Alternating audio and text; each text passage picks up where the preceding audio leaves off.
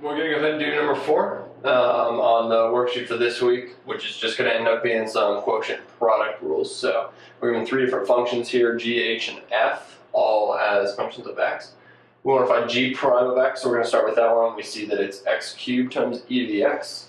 So we're just going to do a quick product rule on this. So the derivative of the first, so g prime of x is going to be equal to, that's going to be 3x squared, times the second, is e to the x, plus the first, which is x cubed, times the derivative of the second, which is just e to the x. So this is what we see for g prime of x. Now we'll look at h prime of x.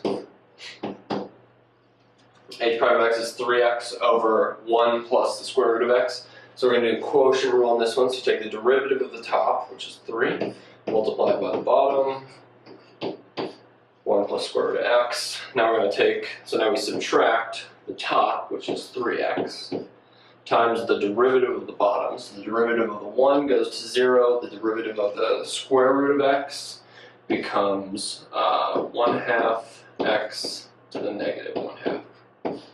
Okay, and then all that's going to go over the bottom squared. So that's going to be 1 plus square root of x squared. So you can factor out a 3 here on the top if you want. Otherwise, there's not a whole lot you can do to make it look better.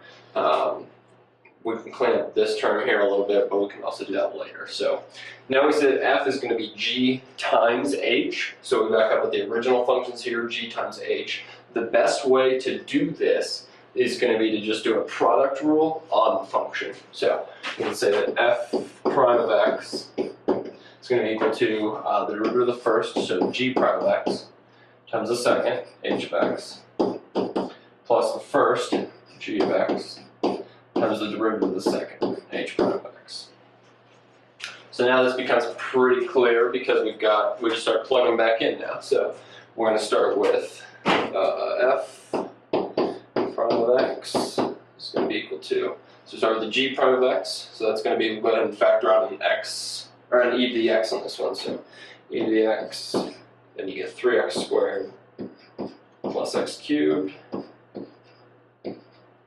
Okay, so that's g prime of x. Now we multiply that by h, so it's just going to be multiplied by 3x all over 1 plus quantity, or plus square root of x.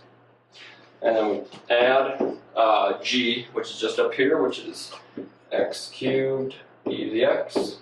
And then we're going to multiply that by h prime of x, which was this mess here. So we're going to go ahead and factor out a 3 from this real quick. So we're going to be left with a 1 plus the square root of x minus x over 2 square root of x. That's what the negative 1/2 is there for. So we've got all this here. That should be a minus right between there. And then all that is going to be over 1 plus the square root of x squared.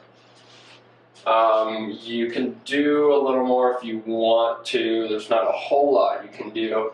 You could potentially factor out a 3x e to the x from both. Still a little messy. It'll leave you with an x squared outside there.